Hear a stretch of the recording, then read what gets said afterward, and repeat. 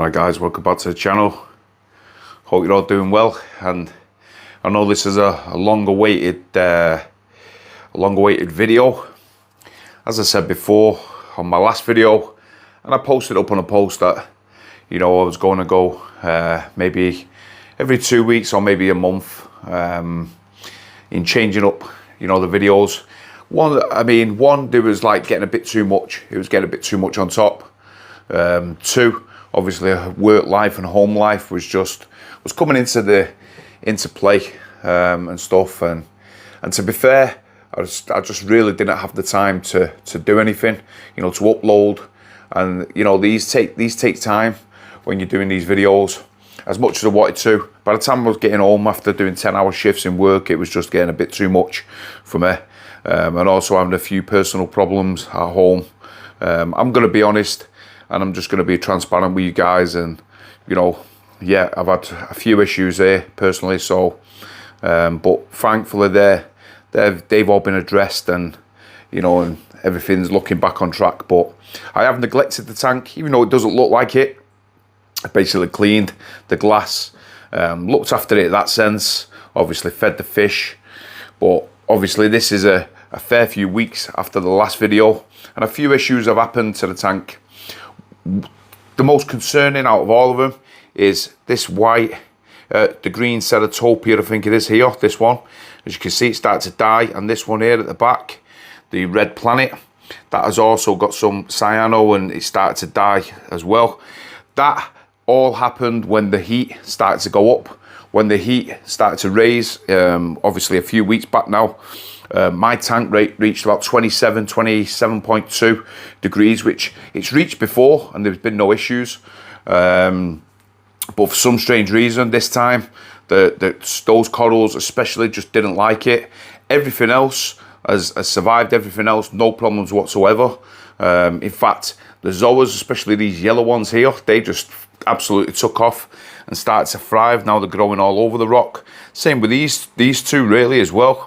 The one I bought from AAC, this one here, where is it? If we can show it, that one there, that started to take hold and colour up, and yeah, the rest of it, as you can see, the Raja Rampage that had what, 5-6 eyes. Now you can see it's got what, 10 eyes on it now. So that started to grow, and everything, like I said, guys, has really took off. Apart from those ones, obviously they had issues. These pink ones that I put down here, there was one, I think there was one or two on here, and they've just started to take off there. So yeah, overall, everything is looking really, really good. I've had no issues with everything. But like I said before, just that sudden change in the temperature for this one and that red planet just basically affected it. Another thing that has concerned me, which I'm going to send off for an ICP, I don't know why, is this yellow Pikachu.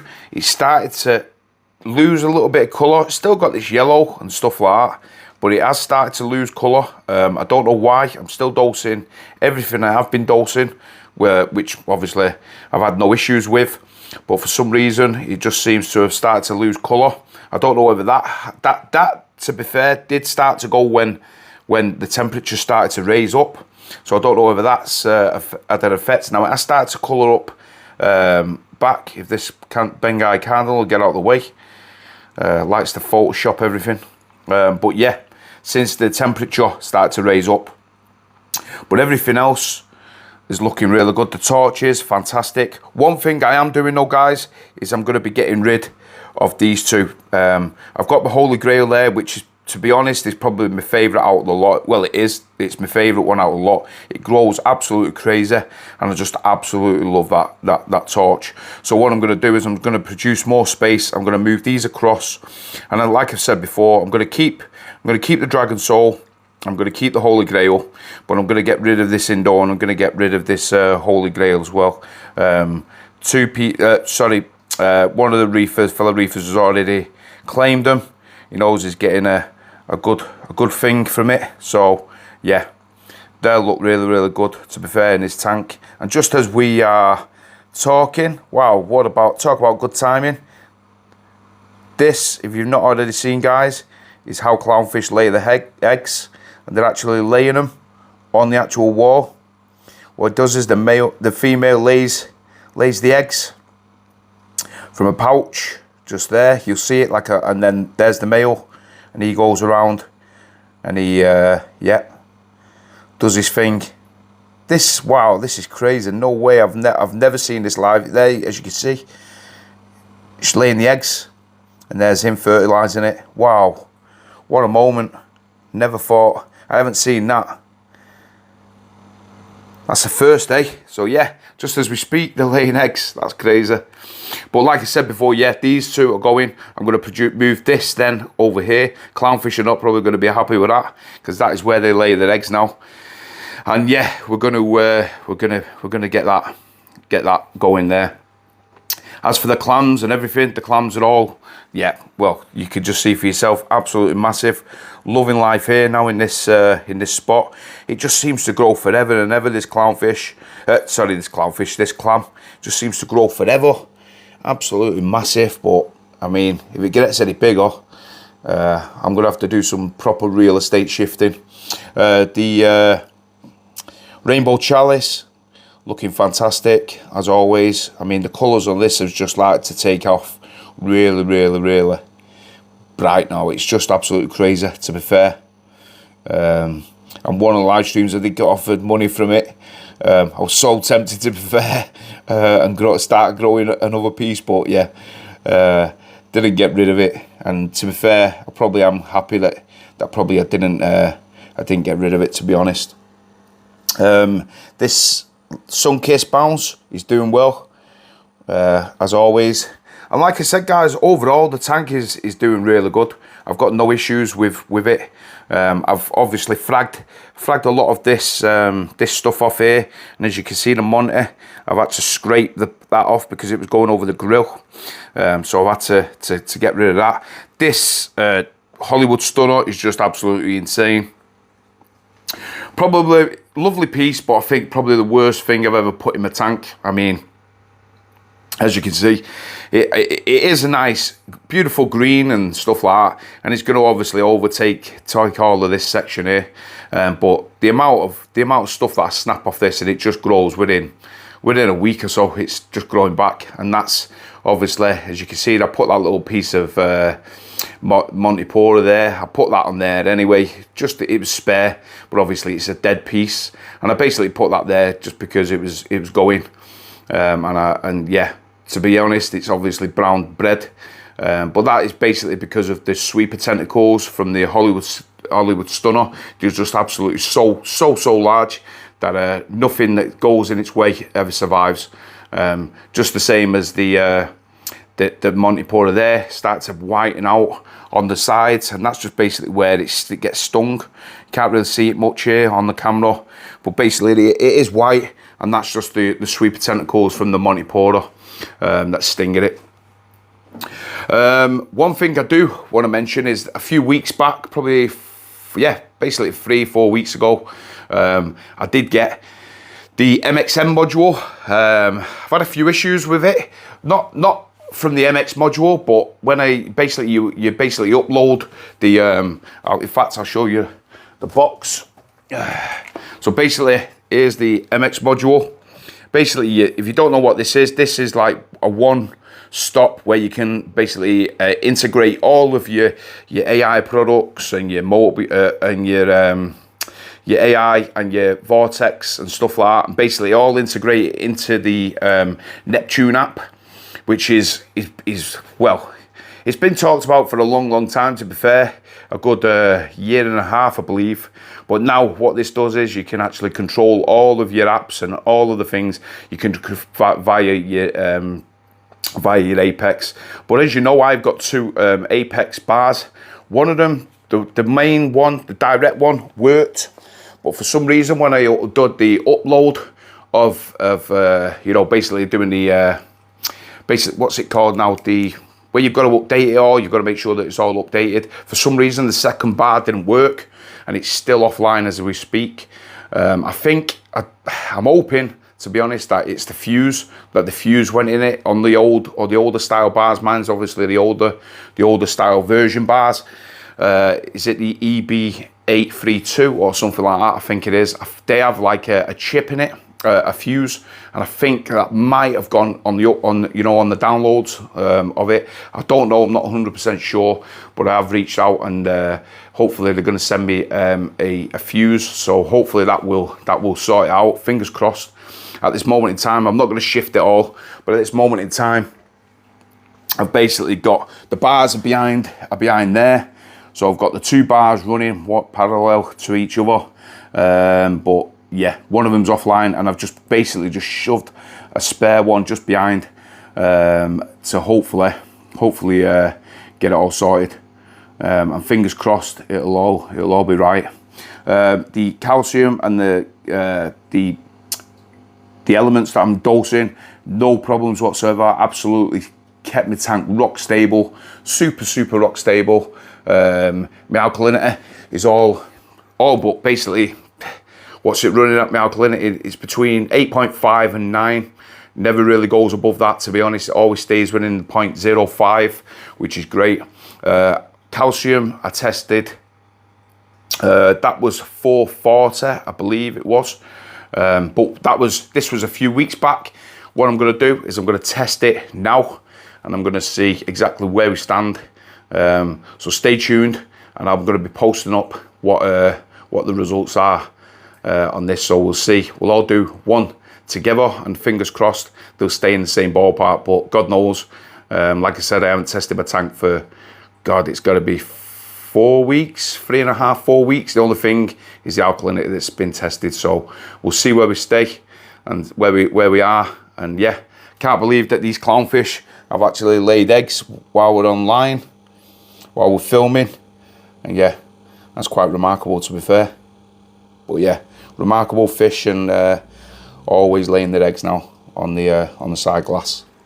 But stay tuned, guys, and I'll come back to you with the results. Right then, guys, excuse me. So we're back in.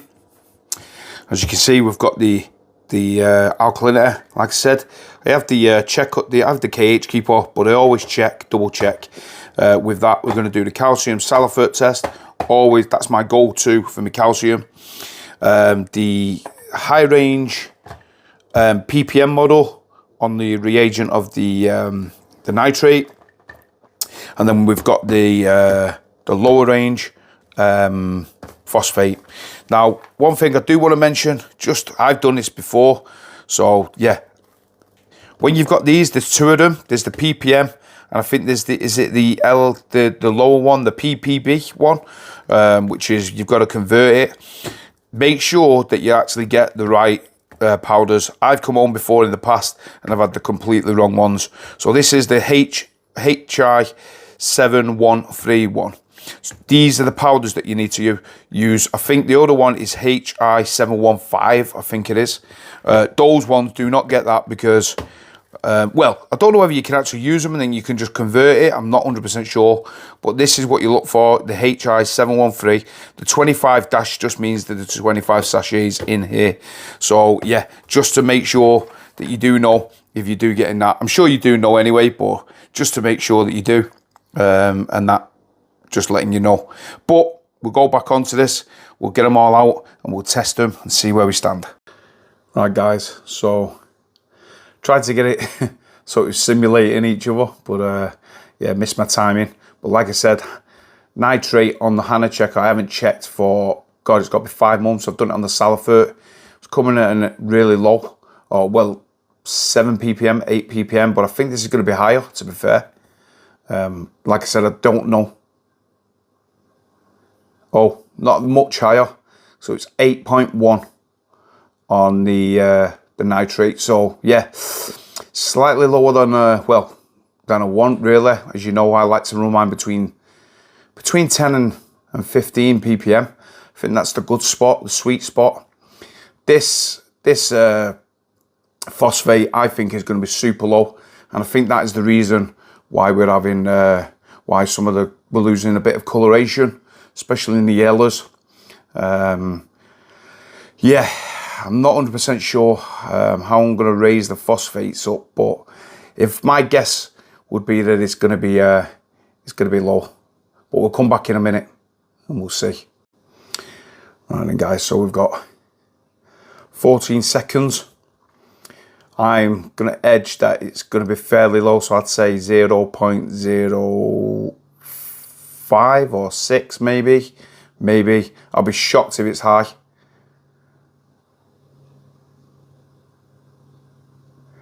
.08. So really, not that bad. So I have no idea why. I mean, that to me is spot on, really. To be fair, that's exactly where I would have it. 0.07 to maybe 0.0 to maybe 0.1.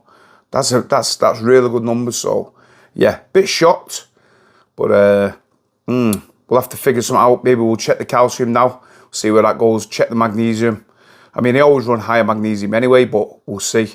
We'll see where that is, and yeah, we'll check this calcium out, and I'll let you know then what that one is as well. All right, guys. So we've just done the sulfur calcium test, and as you can see, it's reading in at around 12 mil, which indicates on the sulfur this 440. As you can see, that's blue, which is what it needs to be. You leave it, basically what you need to do, guys, is when it turns blue, yeah, I always leave it for about a minute, just because sometimes if you leave it a little bit short, you think it's blue like that, yeah, and then you test it, you go, oh yeah, right, well it's blah blah blah, it's 450 or it's 410, whatever, and then you tip it away and that's it. But what it does is sometimes it has a tendency to change back to the pink, because it's not fully gone all the way through the cycle. So we always leave this at least for a minute, just on the white surface like that, and then that way we know that it's not going to change back to any sort of tinge of pink. That's perfectly blue, and like I said, that's reading it at 440. So really happy with the calcium, and yeah, only the magnesium now, so we'll test that and we'll see where we stand with that. All right, so the final test, guys, was the sulfur magnesium. That's the one I always use on these.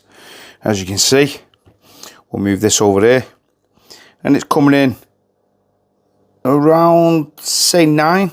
Yeah, 9. So it's between 8. So say 9. And if we look on the chart, it's basically saying it's for 1380 to 30. So I'm going to say that's about 1370-ish, 1365, 1370. As you can see, colour is completely blue, and I do exactly the same with this, guys. I always leave it a minute just to double check that it doesn't start to change back, and yeah, it's blue. So that's saying to me it's about 1370. So we'll go back to the tank, we'll draw the conclusion, and yeah, figure it out from there. Right then, guys, so we're back.